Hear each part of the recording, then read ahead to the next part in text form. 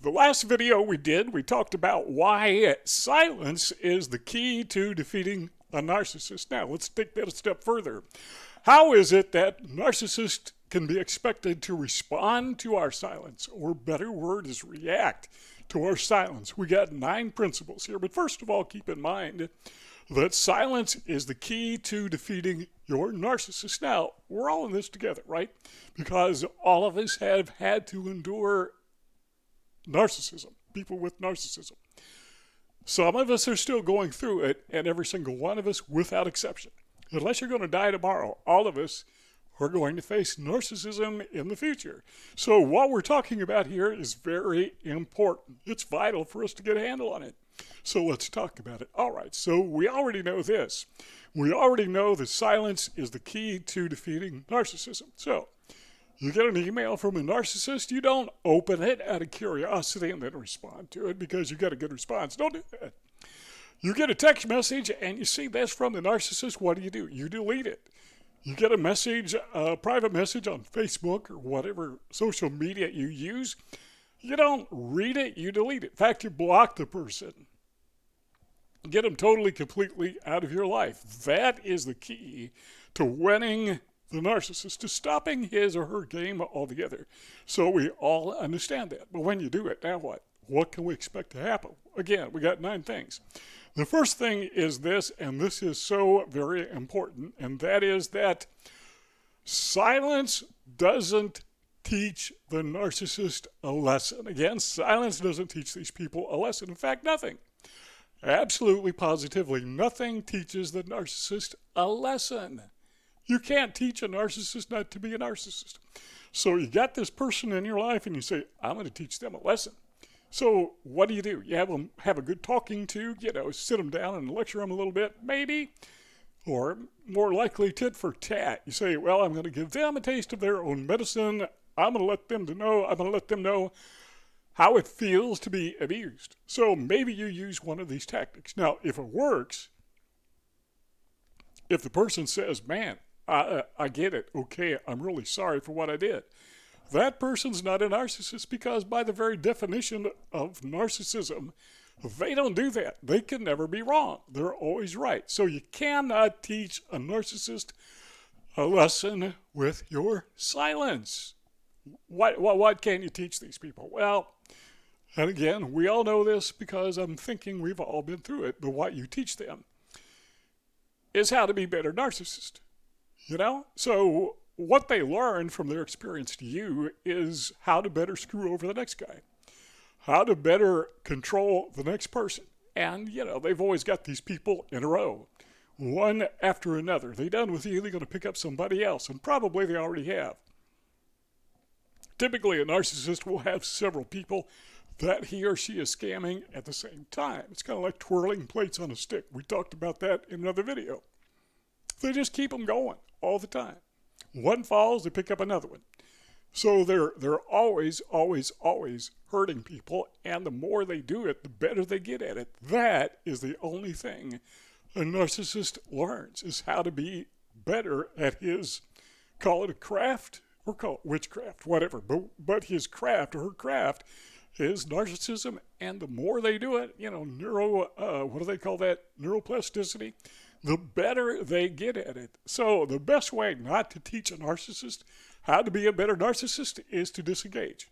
Yeah, just go silent. Absolutely, positively silent. That's number 1. Okay, number 2 is this. We need to keep in mind that the silence, may evoke massive response. I mean, sometimes these people really get upset because they've got this thing going between you and them. Yeah, they got to go on. You are their device and they are controlling you, like you control a cell phone or like you control an automobile. Have you ever gone out in the wintertime and it's snowy and you're driving down the road being real careful not to slip off the road or run into somebody? And at the worst opportune time, your car stops running. It just doesn't work in it. It will not go. It's like a dead horse. Can't whip a dead horse, and guess what? You can't whip a dead car. I saw a news item several years ago Somebody got mad because middle of winter, he went out to start his car, it wouldn't start. He got so mad at his car, he went inside, got a gun, came out, and shot his car. Still wouldn't start, but, I guess he felt better. But the point of all of that is it's kind of like when something doesn't go your way and you really, really, really need it to go your way. That evokes from most of us a massive response. Yeah, it makes me mad, makes me very, very irritated when I sit down to my computer and I got something that absolutely positively has to be done. I got a deadline and the computer won't boot. In fact, I got a computer in the shop even as I speak. That's exactly what happened, only I didn't have a deadline. It just wouldn't boot. So I had to take it in the shop because I'm not smart enough to fix these things. I got to pay someone to do it. So I got to go tomorrow, hopefully pick it up and all work well, and I got to pay for it, right? So that is kind of like what's going to happen when you go silent with a narcissist. He or she is not going to say, well, I lost that one. Let's go buy another car. This one's stuck in the snow. That's not what they do. They get mad. They get angry. What do? Well, you still don't respond. You still stay silent. Well, that's what I do. That's... I'm just telling you what I have learned from life's laboratory because I'm nearly 70 years old. I've learned a thing over the years, the decades, and one thing I've learned is don't reflect the emotions of your narcissist. If your narcissist wants to get angry and throw a hissy fit, cool, let him get angry and throw a hissy fit. You don't respond one way or the other. When the narcissist comes back and tries to hoover you with another love bombing session, you just don't respond. You just stay silent. They're really, really happy now. Doesn't matter. You don't reflect that happiness. You don't reflect sadness. You don't reflect frustration. Just don't reflect anything, period. Stay out of it. So, number 3, and I've never actually had this happen to me, but some people say it does. So I'm going to share this with you, and that is your silence may evoke a fake apology. Have you ever had a narcissist, after they've understood that they're about to lose you, control of you, have you ever had that narcissist come back and try to win you back? Come back and try to apologize to you and, oh, I am so sorry for what I did to you. I really didn't mean to hurt you. I am so, so, so sorry. Did that work on you? Well, I hope not, but sometimes it does. And I got to tell you, sometimes I have hurt people and I've had to go back and tell them, I'm sorry. What I did was wrong. I owe you a huge apology. So you apologize. Big deal, it's over. Well, a narcissist does that, but it's not sincere. So one of the ways they will respond, this is the third way they could respond to you evoking silence, going dead rock, going dead horse, can't beat a dead horse, is they will pretend to apologize.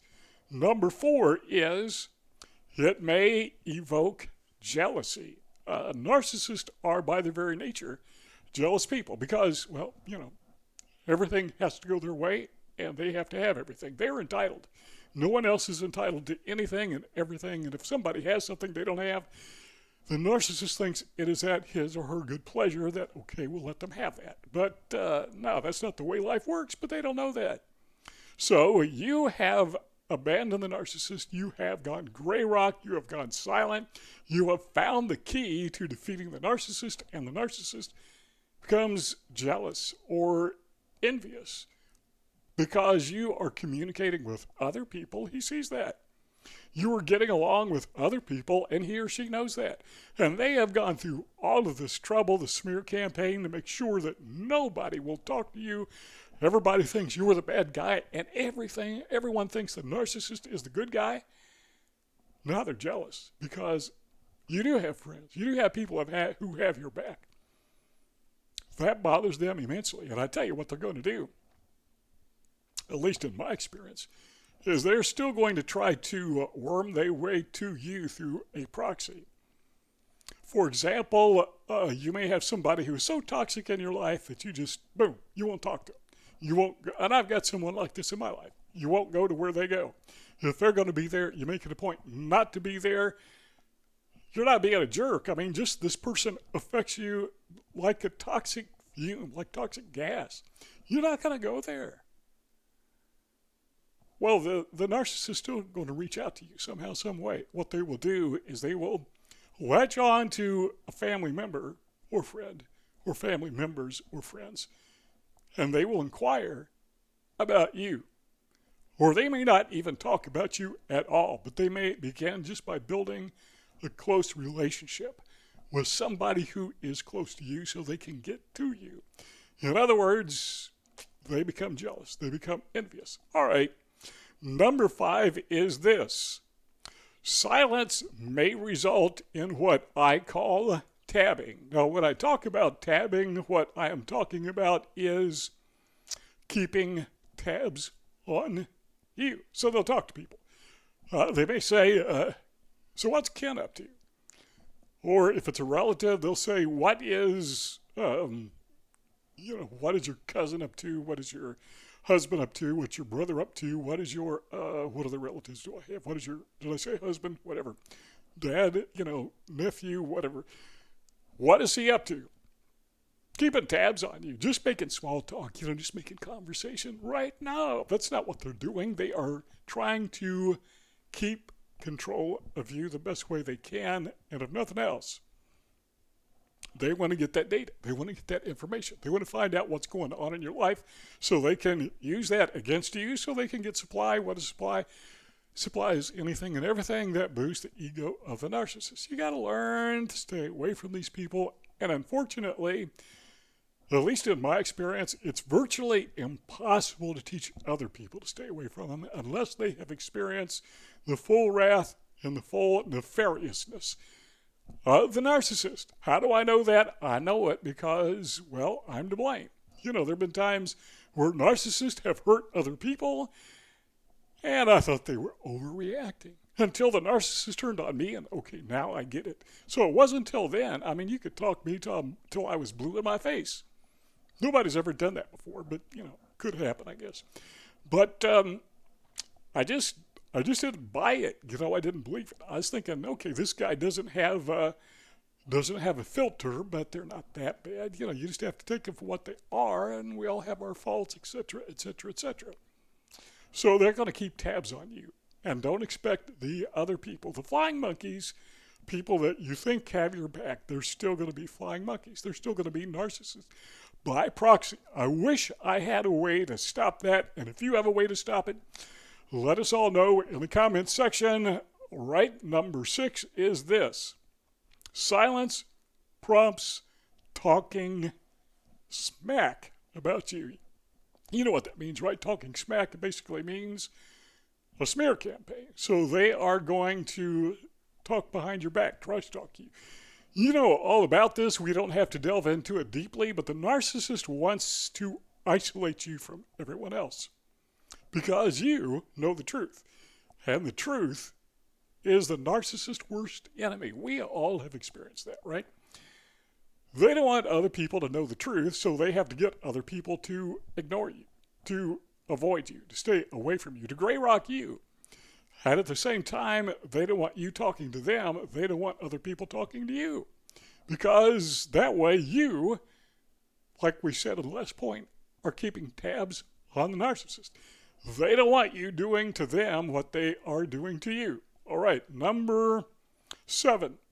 Silence prompts narcissist, or I should say the narcissist cult, to trash talk you as well. It's not just the narcissist out there, saying bad things about you.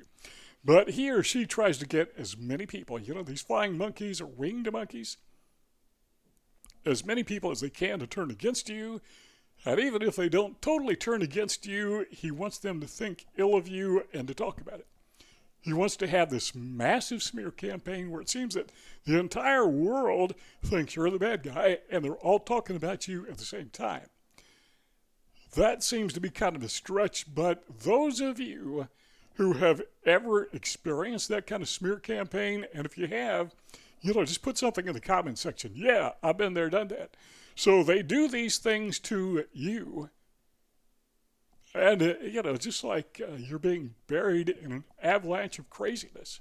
At least that's been my experience. They may go as far as to even complain to your employer. So let's say, for example, that you're working a retail job. Narcissist finds out about it.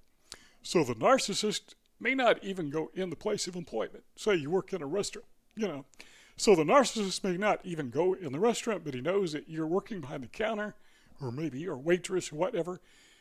And the narcissist will send an anonymous letter to your supervisor complaining about the way that you mistreated him or her. They just flat out lying on several points. They were never in the restaurant. You never mistreated them. But your supervisor thinks it's real. People believe odd things. And it sounds real, so why would they not believe it? So narcissists have all of these little tricks that they use to get to you. And again, the whole idea is to get supply, to boost their ego, to think like they are somehow, some way outsmarting you. Number 8 is silence may evoke ghosting. That is where the narcissist won't respond to you, period. You walk up and talk to him or her, and I've had them do this to me. They won't talk to me. You say, well, isn't that a good thing? Well, yeah, in a way, but they're still busy behind the scenes. They may not talk to you, but they're talking to everyone else. They may not talk to you, but they have other people talking about you. They may not talk to you, but they have other people who will not talk to you. But he's got this, or she's got this whole army, this whole array of flying monkeys that are trashing on you. Well, it becomes kind of obvious in short order who's behind all of that. It's the narcissist. These are some of the ways the narcissist will react to your silence. They don't like to be bested ever. Number 9 is silence may evoke hoovering. That is where the narcissist thinks, I'm going to give this guy some time. I'm going to give you a little bit of time. Give Ken a little bit of time. Let him cool down. And then we're going to go back and be nice to him again and try to win him back over. That doesn't happen very often, at least in my experience, at least not after the final discard. Now, I've had narcissists in my life who have just kind of walked away, not a final discard, but they just disappear. And then they show up again because they need something. They need supply, then they disappear. That type of hoovering I've experienced a lot of. But the type of hoovering where there is a final discard and you know this is a bad person. I've never had one of them come back and try to suck me into their sphere, apparently because they think that it would be a waste of time. That's a good thing. You don't want them to hoover you, but a lot of times your silence may evoke hoovering. So you see those 2 rectangles on the screen. What that means is that we could keep on talking. If you want the conversation to continue, just click one of those 2 rectangles and the conversation will go on. If not, well, thanks for stopping by, and we will see you all next time.